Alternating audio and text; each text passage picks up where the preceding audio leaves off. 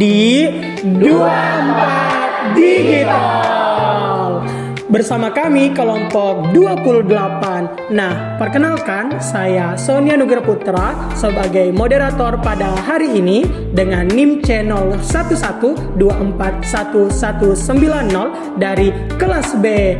Nah, selanjutnya saya akan memperkenalkan ke kalian semua teman-teman saya yang sangat hebat. Mulai dari sana. Halo teman-teman, kenalkan nama saya Winda Rumaila dengan NIM channel 114183 dari kelas B. Halo semua, perkenalkan nama saya Sabrina, akrab disapa dengan Nes dengan NIM channel 11241219 dari kelas A. Perkenalkan semuanya, nama saya Diati Fasafina Gunawan, bisa dipanggil Vina, dengan NIM channel 11241099 dari kelas C. Halo semuanya, perkenalkan saya Nabila Nabila, biasa dipanggil Mahat, dengan NIM channel 11241159 dari kelas A. Halo semua, perkenalkan nama aku Zahra Kalitia, biasa dipanggil Diva, dengan NIM channel 11241094 dari kelas A. Halo semuanya, perkenalkan nama saya Bisa Kinawati Rade, akrab disapa Nawa dengan NIM channel 11241134 dari kelas A. Minna, konnichiwa. Nama saya Nadia Aulia Imran dengan NIM channel 11241043 dari kelas B. Halo semua, perkenalkan nama saya Muhammad Afila Zikir Ramadan, akrab dipanggil Afila dengan NIM channel 11241243 dari kelas B. Halo semua, perkenalkan nama saya Muhammad Zurafat Aras, biasa dipanggil Zaka dengan NIM channel 11241328 dari kelas B. Oke, itulah tadi teman-teman saya dari kelompok 28 dan pada hari ini kita akan berbincang-bincang nih terkait dengan tema Digital Innovation and Adaptable Learning for Optimized Growth, yaitu inovasi digital dan pembelajaran yang adaptif untuk pertumbuhan yang optimal. Dan tentu kita akan mengangkat sebuah judul yang tentunya sangat menarik pada hari ini dan tentu tidak akan jauh dari pengalaman kita sendiri sebagai anak Fakultas Kedokteran, yaitu dengan tema belajar tanpa bosan, gimana sih cara beradaptasi di era digital ini. Nah, sebelum itu saya akan menjelaskan nih kepada teman-teman terkait tema besar kita pada podcast kali ini, yaitu Digital Innovation and Adaptable Learning for Optimized Growth. Jadi seperti yang kita ketahui sekarang pada saat ini kita sedang berada di era digitalisasi atau era Society 5.0, di mana teknologi begitu cepat, teknologi sangat laju, dan tentu kita sebagai generasi muda, generasi emas tentunya di 2045 nantinya akan dipersiapkan untuk tantangan-tantangan di era digitalisasi saat ini. Dan inovasi dan juga adaptasi untuk pertumbuhan yang optimal tentu sangat dibutuhkan.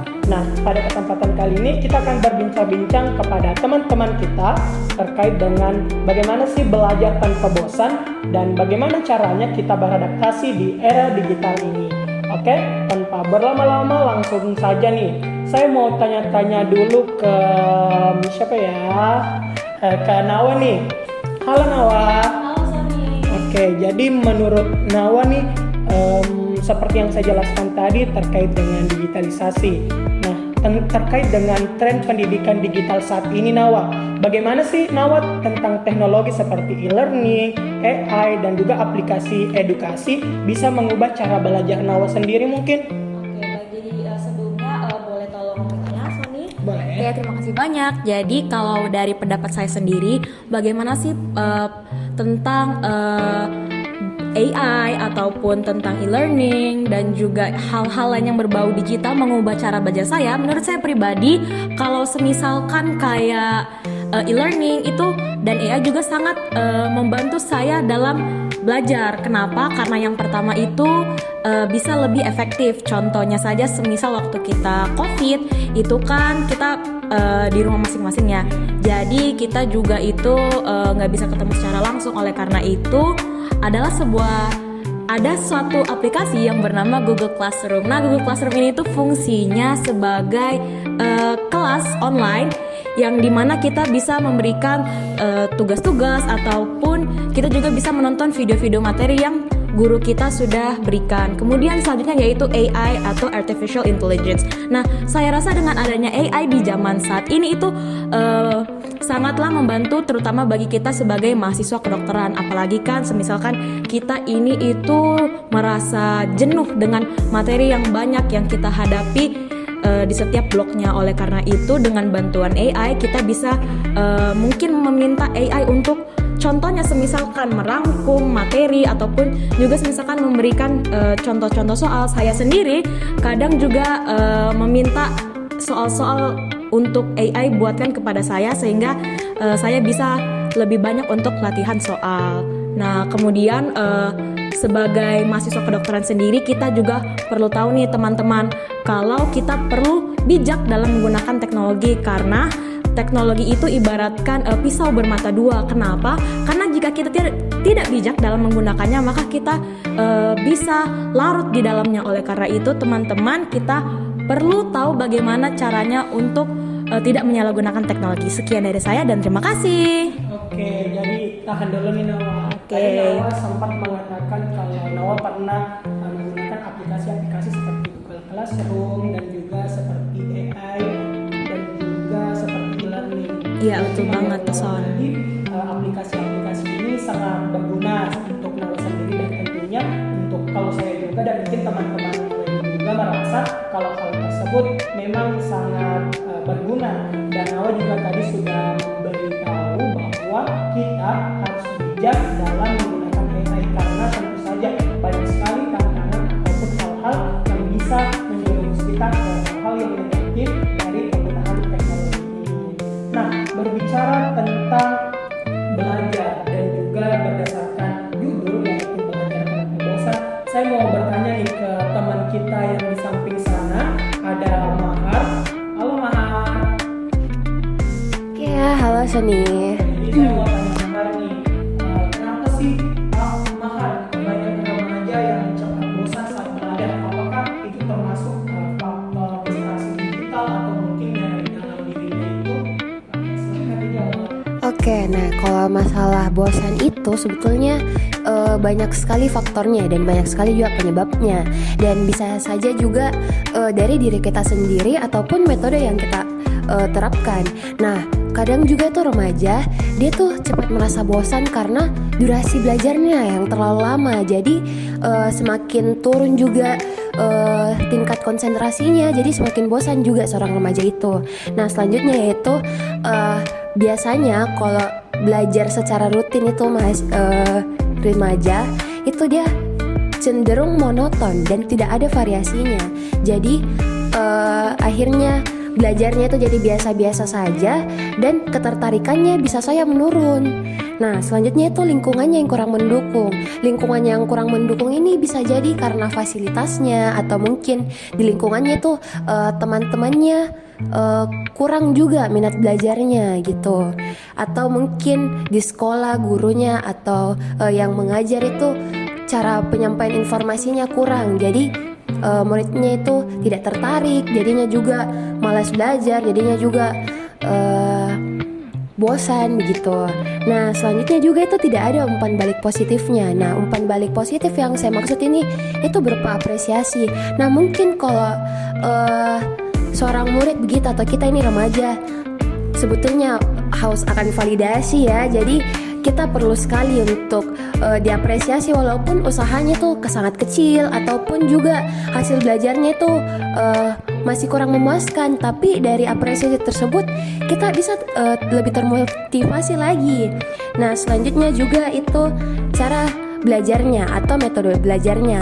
Mungkin di beberapa materi atau beberapa mata pelajaran itu kita bisa gunakan materi yang sesuai dan bagaimana cara itu gampang untuk belajarnya. Nah, misalnya untuk materi atau pelajaran yang banyak menghafal, nah itu kita bisa gunakan metode kayak flashcard atau apapun itu, dan juga games-games juga itu bagus sekali untuk meningkatkan juga ketertarikannya supaya tidak bosan.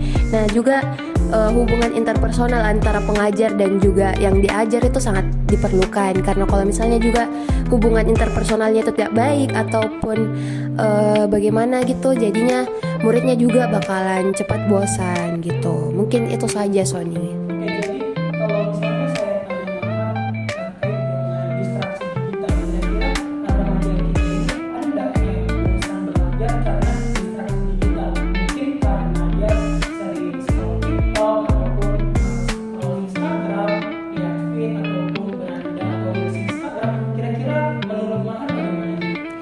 itu sebetulnya kembali lagi ke diri kita masing-masing, bagaimana kita bijak untuk menggunakan teknologi. Karena sebetulnya di era sekarang itu, di era digitalisasi, teknologi itu sangat penting, dan bahkan kita bisa gunakan teknologi ini untuk belajar, dan banyak juga media-media yang bisa kita gunakan untuk belajar dan juga tidak membosankan. Bahkan itu ada seperti video interaktif ataupun game-game gitu.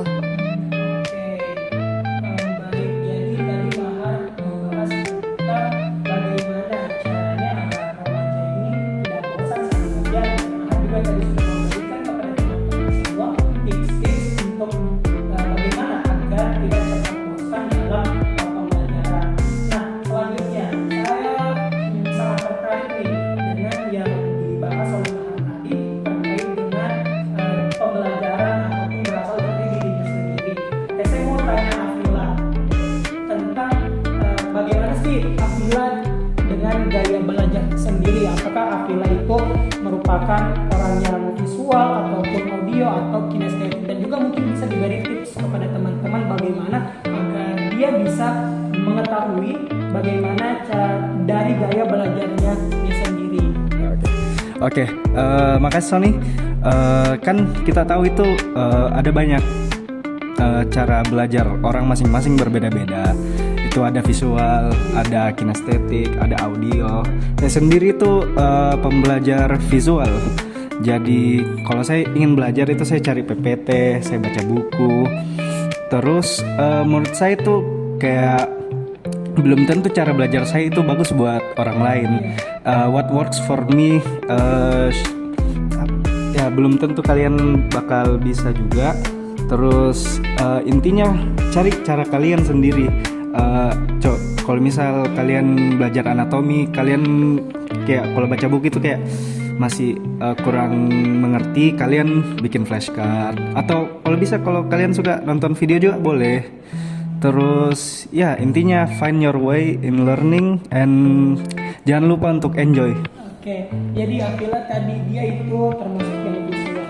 Jadi Afila ini sangat memanfaatkan teknologi begitu. Iya. Oke, jadi Afila tadi dia memanfaatkan teknologi seperti melihat PPT ataupun melihat video interaktif yang ada di aplikasi-aplikasi video pembelajaran yang sudah dijelaskan oleh teman kita tadi, Marwa. Oke, terkait dengan hal tersebut ini tadi sudah ada di visual, audio, kinestetik, dan sekarang saya mau tanya ke teman kita Vira. Halo Vira, boleh ditanya Ya, halo juga Sony, terima kasih atas pertanyaannya. Jadi, Sabar dulu Vira.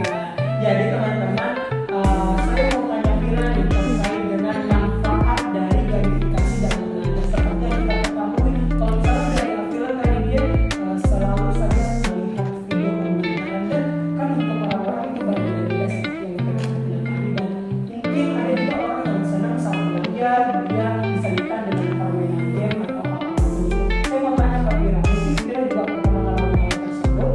Silakan Vira. nah iya, jadi saya sangat setuju dengan apa yang dibilang Mahar, di mana sekarang itu sudah banyak siswa-siswi yang sering merasa bosan atau jenuh dengan cara pembelajarannya, mungkin metodenya yang kurang bagus atau gurunya yang kurang interaktif. Terus juga apa yang dibilang Afila, di mana kita harus memanfaatkan teknologi ya di zaman sekarang ini. Jadi sudah banyak implementasinya yang biasa kita gunakan di pembelajaran sehari-hari. Jadi zaman sekarang ini sudah ada beberapa contoh aplikasi dan juga platform belajar yang dimana terdapat unsur game. Jadi siswa-siswi yang menggunakan aplikasi ini tuh tidak mudah merasa bosan dan juga lebih tertingkat motivasi mereka untuk belajar. Nah, yang pertama itu teman-teman di sini semua pasti sudah pada familiar dengan aplikasi yang bernamakan Kahoot, kan? Ya. Jadi Kahoot itu adalah platform belajar yang dimana dia mengubah kuis tradisional. Nah, kuis biasanya itu kan hanya sekedar soal dan juga jawaban. Nah, kalau Kahoot itu dia kuisnya menjadi permainan yang sangat interaktif. Jadi setiap peserta dia akan memilih jawaban, dan juga dari jawaban itulah dimana kita mendapatkan poin, dan juga poinnya itu yang akan ditentukan pemenangnya. Nah, yang kedua itu contohnya seperti ada aplikasi yang bernama Classcraft. Jadi Classcraft ini mungkin belum ada yang tahu. Jadi dia itu permainan peran imersif yang dimana dia mengubah pembelajaran itu menjadi suatu petualangan. Nah, siswa ini dia akan mendapatkan poin jika saja dia berperilaku positif ataupun menyelesaikan tugasnya. Nah, jadi aplikasi ini dia itu sangat bermanfaat untuk membangun komunitas dan meningkatkan motivasi kita sebagai siswa untuk belajar lebih lanjut. Nah, terus selanjutnya pasti juga sudah pada tahu aplikasi yang namanya Duolingo, yaitu pembelajaran bahasa asing dengan interaksi game yang sangat banyak dan juga seperti ada tugas harian yang menggunakan sistem poin. Jadi aplikasi ini itu digunakan untuk kita mempelajari berbagai bahasa asing seperti bahasa Inggris, Spanyol, Jerman, Prancis, dan lain-lain.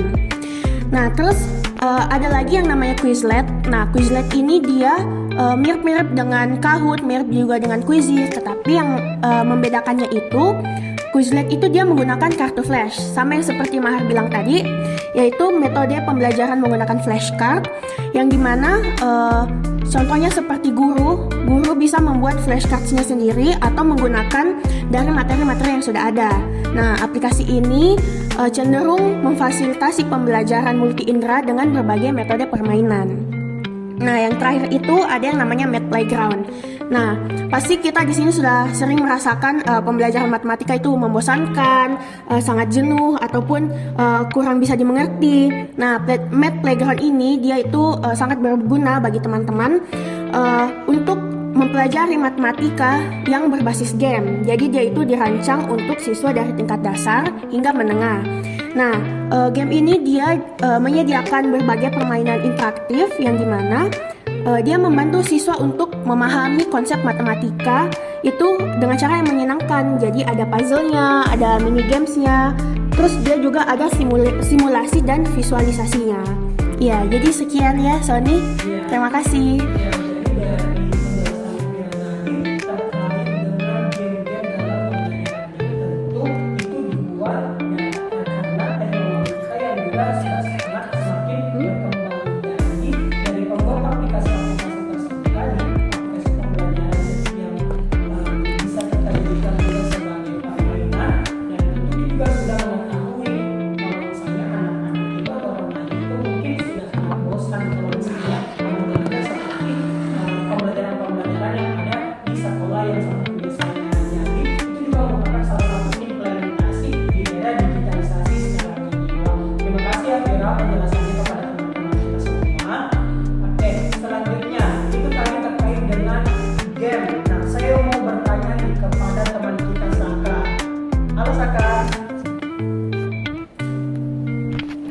Halo juga Sony. Oke, saya akan bertanya kepada Saka terkait dengan aplikasi-aplikasi yang mungkin kita sering sekali nih lihat, yaitu belajar dari YouTube, podcast, dan TikTok. Menurut Saka sendiri efektif atau tidak?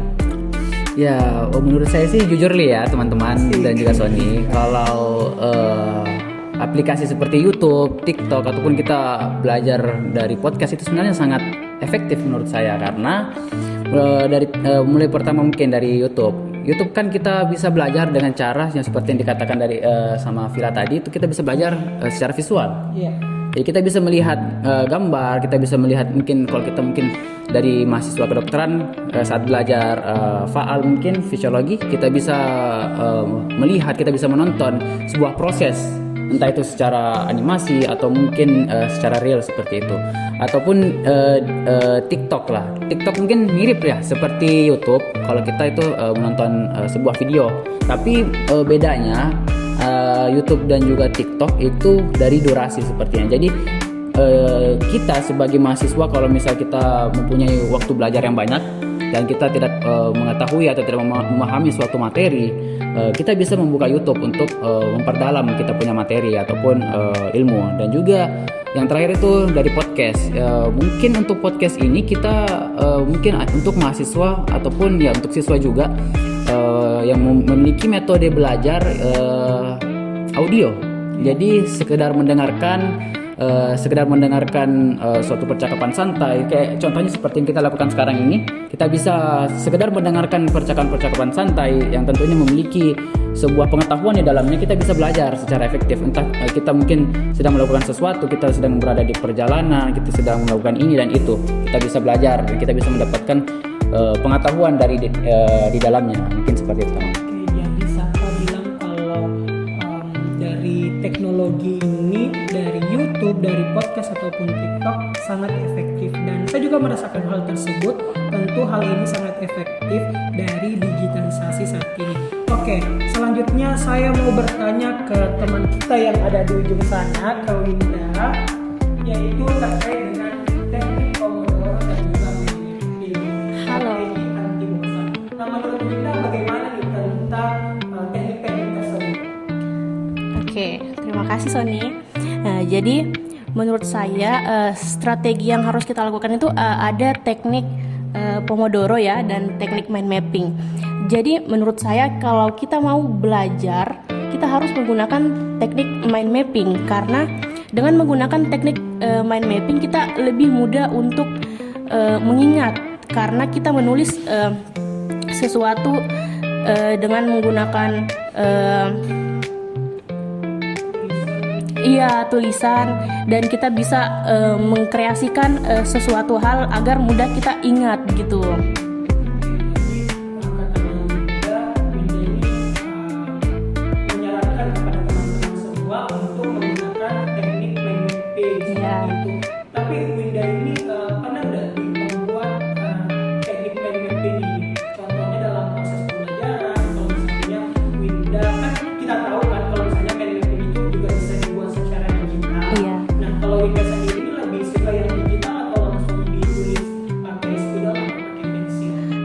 Bagi saya nih ya, kalau menurut saya lebih suka memakai mind mapping yang berbentuk digital, Sony.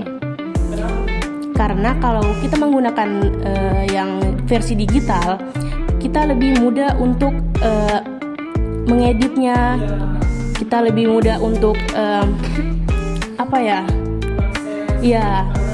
sekali fitur-fitur yang dibuat oleh sebuah aplikasi untuk membuat mind mapping tersebut. Oke. Saya juga sepakat dengan Winda, yaitu terkait dengan teknik mind mapping ini. Itu juga merupakan salah satu hasil dari era digitalisasi ini. Bagaimana kita sebagai remaja bisa menggunakan aplikasi lebih bijak lagi.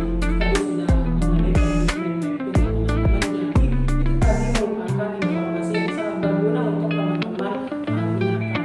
Nah, selanjutnya saya mau tanya Diva. Oke, Diva. Ya, halo Sony. Oke, terkait dengan pertanyaan belajar di komunitas, kenapa punya support system itu penting menurut Diva nih? Kalau gitu, menurut saya support system itu kan kita harus tahu kalau misalnya support system itu sesuatu yang mampu mendukung kita baik secara praktis maupun emosional. Nah, tadi kan sudah dijelasin juga nih sama teman-teman kalau misalnya di era digital yang berteknologi ini kita sudah dibantu secara praktis dengan teknologi dari metode belajar yang beragam. Tadi sudah dijelaskan oleh Vira juga.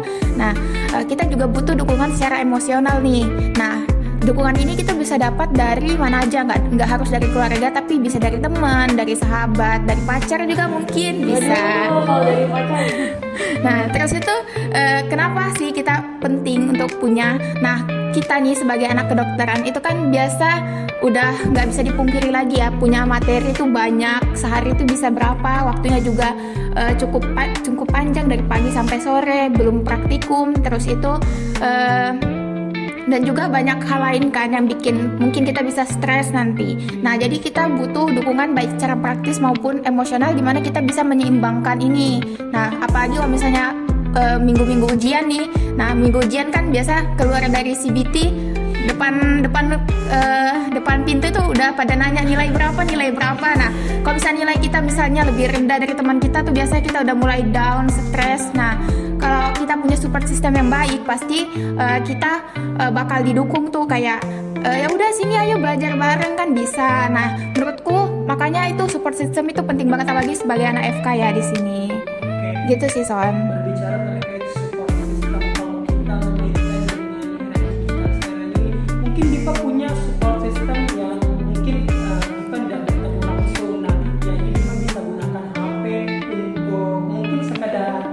curhatlah ke orang tersebut, punya nggak Diva? Atau mungkin orang tua atau saudara yang mungkin kan Diva ini perantau ya dari Kalimantan, dan pasti untuk saat ini mungkin Diva tidak memiliki keluarga seperti di Kalimantan. Kira-kira ada tidak yang menggunakan digital begitu ya? Pasti ada sih, soalnya kan di era teknologi ini nggak bisa bertemu langsung ya, jadi pasti bisa lewat WA, kadang video call juga. Jadi Diva juga memanfaatkan teknologi nih teman-teman, mungkin sekedar memberitahu kepada support system yang menurut Diva itu sangat penting. Oke, selanjutnya saya mau bertanya ke Nes.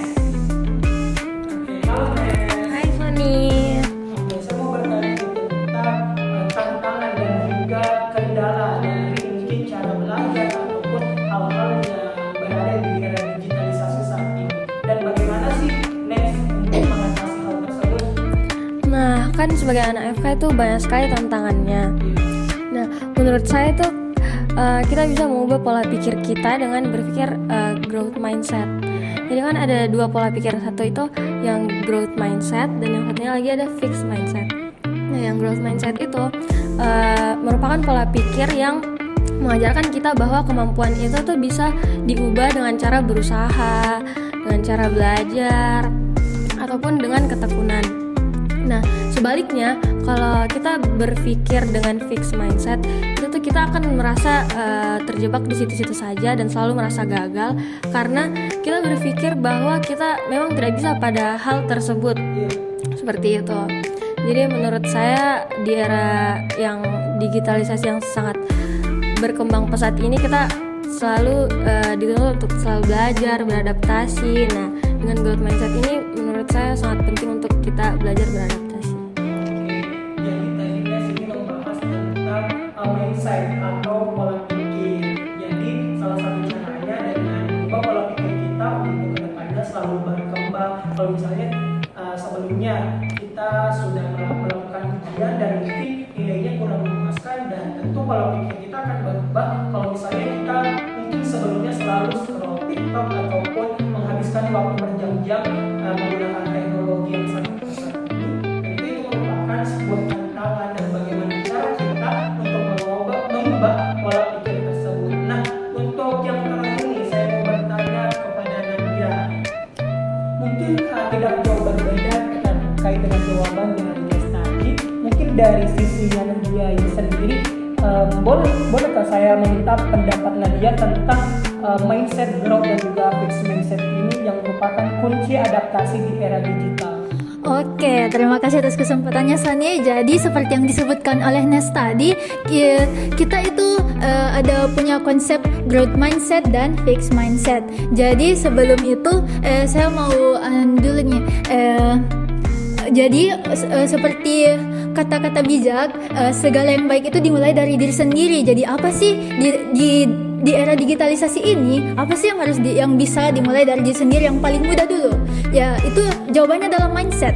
Jadi dari mindset ini yang kita akan berfokus kepada dua hal, yaitu growth mindset dan fixed mindset. Jadi bayangkan di dunia ini ada dua orang. Yang pertama nih, kalau menemui kesulitan, ini orang yang pertama bakal bilang, saya nggak bakat di sini, nyerah deh. Jadi, nah orang yang kayak begini itu pasti dia tidak akan berani menantang hal baru. Kalau ketemu hal yang sulit langsung nyerah begitu saja. Nah, kemudian orang kedua, ketika menemui hal yang sulit, dia malah penasaran dan berpikir bagaimana ya caranya supaya saya bisa ngerti hal ini. Misalnya kalau belajar terus dia ketemu materi yang susah, misalnya enzim, bagaimana ya caranya supaya saya bisa hafal semua enzim ini. Misalnya di biomedik 4 nanti itu kita bakal dibantai sama enzim. Jadi orang yang berpikir seperti ini itu dia akan berani melakukan hal-hal baru dan menantang kesulitan. Bahkan dia akan merasa kalau kesulitan-kesulitan itu, tantangan-tantangan itu adalah kesempatan untuk menjadi pribadi yang lebih baik. Nah, orang yang memiliki mindset seperti ini itu disebut dengan growth mindset. Jadi growth mindset inilah yang menjadi kunci untuk kita bisa beradaptasi di dunia di mana teknologi-teknologi itu berkembangnya sangat pesat, apalagi di era Society 5.0 ini. Nah, misalnya sekarang ini di era abad ke-21 ini, itu kita mulai bertemu nih dengan AI. Itu sih yang paling mengubah dunia banget. Sebelum ada AI dulu itu kita masih kayak cari-cari Google, itu belum tentu ketemu website yang cocok untuk kalau kerja tugas, misal zaman kita SD toh. Nah, terus semenjak ada AI ini saya merasa banget nih perubahannya. Semenjak ada AI saya kayak kalau ada tugas saya sudah jarang buka Google, malah biasa strike up buka ChatGPT. Biasa itu kan lebih dia lebih mengerti konteksnya begitu, jadi kita bakalan bisa bekerja lebih cepat. Nah, seperti yang teman-teman kita tadi sudah jelaskan juga tadi, seiring dengan perubahannya teknologi dan berkembangnya AI, cara-cara belajar juga itu semakin berubah. Kita jadi sudah bisa, misalnya kita punya PPT dari dokter, terus PPT-nya panjang 100 slide. Nah, kita bisa bikin summary itu dari pakai tools AI. Bisa juga dibikin jadi flashcard, bisa juga dibikin jadi soal-soal.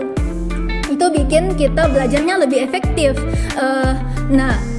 Orang-orang yang memiliki growth mindset pasti akan mencoba menggunakan teknologi-teknologi tersebut untuk bagaimana dia bisa berkembang, bertumbuh, dan menjadi orang yang lebih kuat. Jadi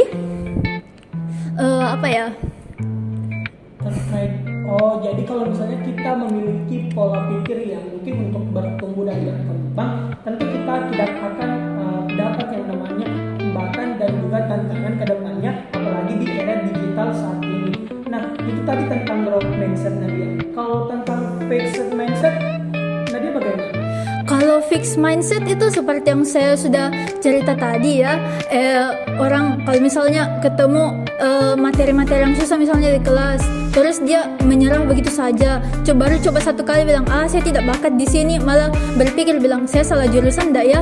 Jadi malah mau ini kan sudah mau UTBK, jadi malah berpikir bilang ikut UTBK deh, ganti jurusan deh. Nah, itu orang yang fixed mindset seperti itu, dia tidak akan bisa berkembang dan tidak akan bisa beradaptasi di era teknologi, era digitalisasi yang berkembang sangat pesat ini. Karena di era seperti ini itu sejaknya berkembang teknologi di era 5.0 ini, perubahan itu semakin cepat. Jadi kita butuh kemampuan beradaptasi yang